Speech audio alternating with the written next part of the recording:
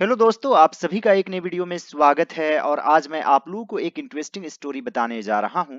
तो आप लोग सभी इस वीडियो को पूरा जरूर देखेंगे और यदि आप लोग मेरे चैनल पर नए हैं तो जरूर सब्सक्राइब कर लीजिए और मेरे चैनल पर जितने भी वीडियोज हैं सभी वीडियोज को बारी बारी से जरूर देखें तो आपकी इंग्लिश जरूर इम्प्रूव होगी। So without wasting much time, let's get started now. एक बार एक बिल्ली और एक लोमड़ी शिकारी कुत्तों के बारे में चर्चा कर रही थी। तो दोस्तों सबसे पहले यह किस टेंस में है?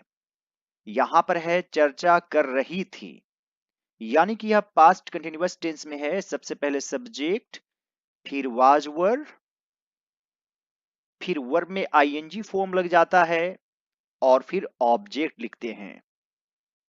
जैसे मैं जा रहा था, आई वॉज गोइंग, वह खा रहा था, ही वॉज ईटिंग। तो यहां पर है चर्चा कर रही थी। चर्चा करना को इंग्लिश में कहते हैं डिस्कस। और दोस्तों क्या डिस्कस के बाद कोई प्रीपोजिशन यूज करते हैं? तो नहीं करते हैं। Discuss the topic, discuss the matter, I am going to discuss on a topic नहीं होगा, I am going to discuss a topic. तो चर्चा कौन कर रही थी? एक बिल्ली और एक लोमड़ी। तो ये है सब्जेक्ट। तो यहां पर जानवरों की संख्या कितनी है? दो। तो यह प्लूरल नंबर में है और प्लूरल नंबर के लिए हम लोग वर का यूज करते हैं। इसे वर पढ़ते हैं। कई लोग वेयर भी पढ़ते हैं, लेकिन एक्चुअल प्रोनाउंसिएशन वर होता है। वॉज इस तरीके से और वर। तो यहां पर लिखेंगे once a cat and a fox were. लेकिन दोस्तों यदि किसी पर्टिकुलर चीज के बारे में चर्चा कर रहे हैं तो आप अबाउट का यूज कर सकते हैं। डिस्कस अबाउट समथिंग और समवन। तो यहां पर लिखेंगे discussing about the hunting dogs. दोस्तों हंटिंग डॉग्स को आप हाउंड्स भी कह सकते हैं। हाउंड का भी अर्थ होता है शिकारी कुत्ता। दोस्तों इस चीज को लेकर कंफ्यूजन है कि डिस्कस के बाद अबाउट का यूज कर सकते हैं या नहीं, लेकिन टॉक अबाउट का यूज जरूर कर सकते हैं। तो यहां पर लिख देंगे टॉकिंग अबाउट। इसमें कभी कंफ्यूजन नहीं रहता है। Discussing the hunting dogs. और दोस्तों आप लोग इस बारे में क्या सोचते हैं कमेंट बॉक्स में लिखकर जरूर बताइएगा। Let's move on to the next sentence. मुझे तो इन शिकारी कुत्तों से नफरत हो गई है, लोमड़ी ने कहा। I hate these hunting dogs. The fox said. मुझे तुमसे नफरत है, आई हेट यू। मुझे तुमसे नफरत हो गई है, इसे इंग्लिश में क्या बोलेंगे? इसे भी आप आई हेट यू बोल सकते हैं। और दोस्तों मान लीजिए हूबहू हिंदी सेंटेंस को यदि इंग्लिश में लिखते हैं, नफरत हो गई है, तो एक तरह से यह लग रहा है कि प्रेजेंट परफेक्ट टेंस में, जैसे वह गया है, he has gone। तो यहां पर आप लिख सकते हैं I have hated these hunting dogs। लेकिन ये सुनने में थोड़ा अजीब लग रहा है। I hate these hunting dogs, the fox said। मुझे भी, बिल्ली बोली, मानती हूं कि ये बहुत तेज दौड़ते हैं, लोमड़ी ने कहा, पर मुझे पकड़ पाना इनके बस की बात नहीं। तो यहां पर लिखेंगे me too. The cat said. मानती हूं कि ये बहुत तेज दौड़ते हैं, आई अग्री दैट। आप आई एडमिट भी लिख सकते हैं।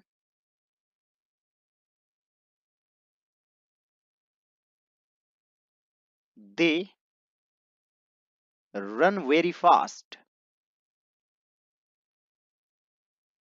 इसे बाद में लिखेंगे, पर मुझे पकड़ पाना इनके बस की बात नहीं। But it is not possible for them to catch me. The fox said. Me too, the cat said.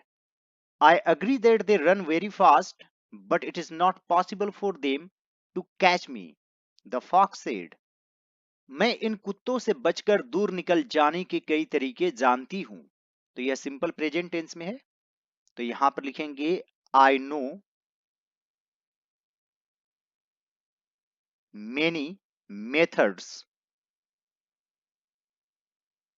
To escape। escape का अर्थ ही होता है बचकर निकल जाना। From these dogs। I know many methods to escape from these dogs। कौन कौन से तरीके जानती हो तुम? बिल्ली ने पूछा। Which methods do you know?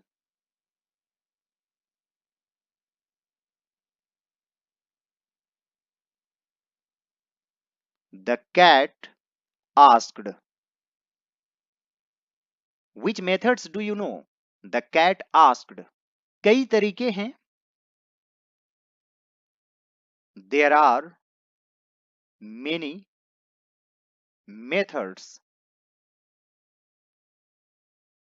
शेखी बघारते हुए लोमड़ी ने कहा। Said the fox boasting। दोस्तों said the fox यह लिखने का एक अंदाज है। द फॉक्स सेड आप लिख सकते हैं। आप मान लीजिए इस तरह से नहीं लिखना चाहते तो आप लिख सकते हैं द फॉक्स सेड बोस्टफुली। एडवर्ब का यूज कर लेंगे। कभी मैं कांटेदार झाड़ियों में से होकर दौड़ती हूं तो यहां पर लिखेंगे समटाइम्स आई रन थ्रू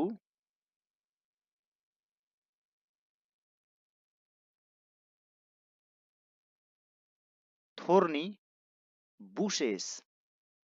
कभी घनी झाड़ियों में छिप जाती हूं। समटाइम्स आई हाइड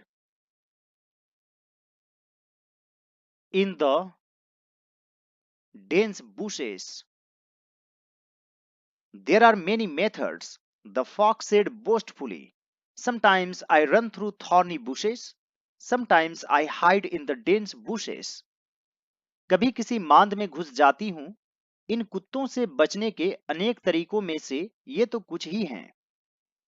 तो यहां पर लिखेंगे sometimes I enter some den। इन कुत्तों से बचने के अनेक तरीकों में से ये तो कुछ ही है। तो यहां पर लिखेंगे these are just a few of the many methods। इन कुत्तों से बचने के to avoid these dogs।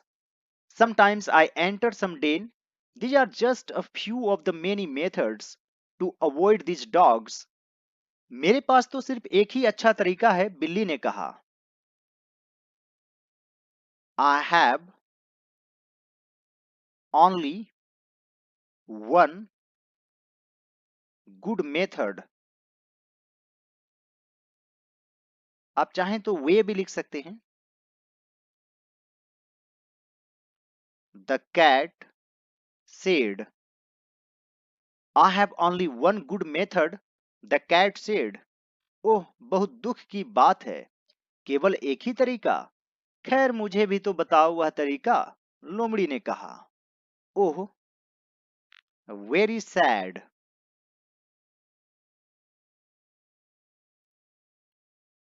Only one method.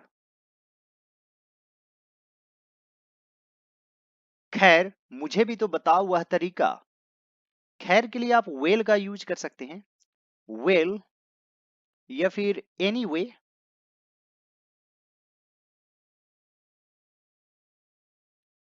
Tell me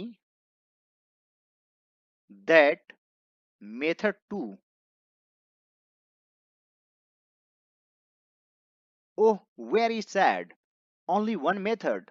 well, tell me about that method too. बताना क्या है, अब मैं उस तरीके पर अमल करने जा रही हूं।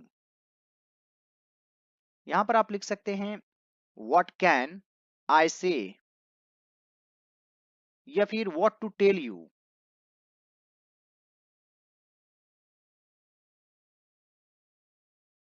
Now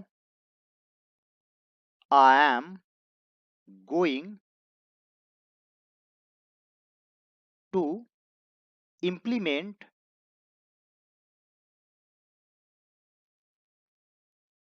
that method। उधर देखो, शिकारी कुत्ते दौड़ते हुए आ रहे हैं।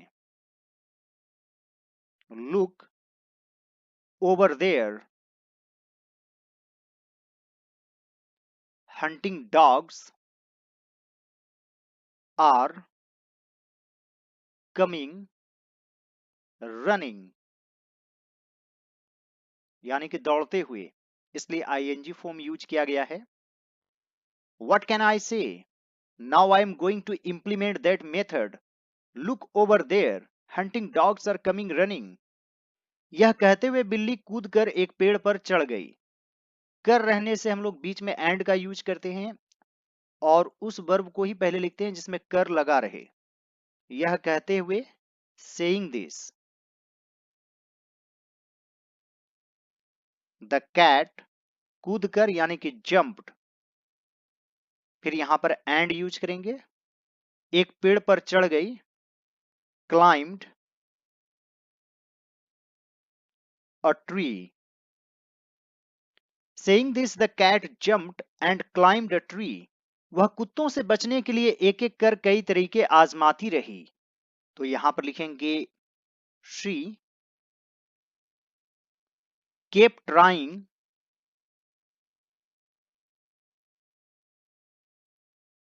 many methods। एक एक कर, वन बाय वन, या फिर वन आफ्टर दी अदर। कुत्तों से बचने के लिए, to escape from the dogs। She kept trying many methods one after the other to escape from the dogs। फिर भी वह उनसे बच नहीं सकी। Still she could not escape from them। अंत में शिकारी कुत्ते ने उसे धर दबोचा और मार डाला। Finally the hunting dogs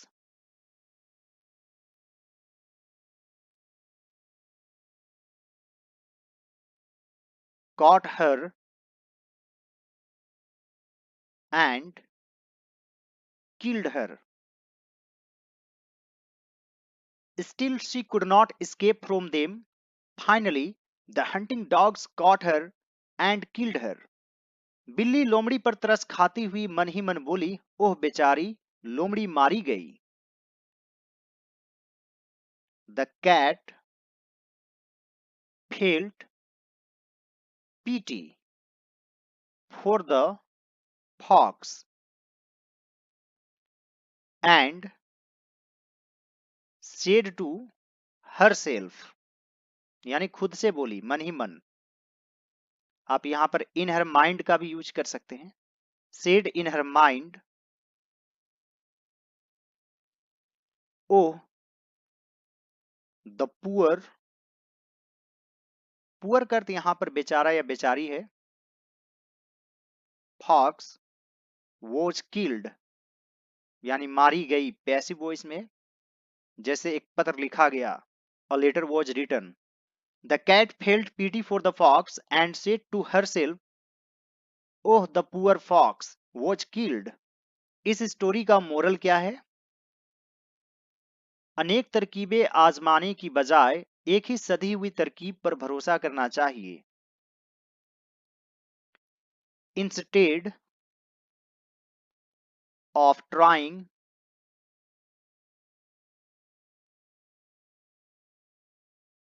many tricks,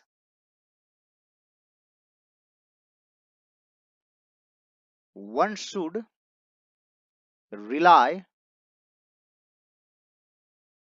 on one simple trick या फिर method. Instead of trying many tricks one should rely on one simple trick. Rely on यानी कि भरोसा करना, रिलाई से ही बनता है रिलायंस यानी कि भरोसेमंद, इसे आप डिपेंड ऑन भी कह सकते हैं, बैंक अपॉन भी कहा जाता है। आई होप फ्रेंड्स आज का वीडियो आप लोगों को अच्छा लगा होगा। यदि यह मेरा एफर्ट आप लोगों को अच्छा लगे तो इस वीडियो को लाइक कर दीजिएगा। मेरे चैनल पर नए हैं तो जरूर सब्सक्राइब कर लीजिए, और आप चाहें तो कुछ रुपयों की सुपर थैंक्स भी कर सकते हैं। All right friends, thanks for watching, have a great day.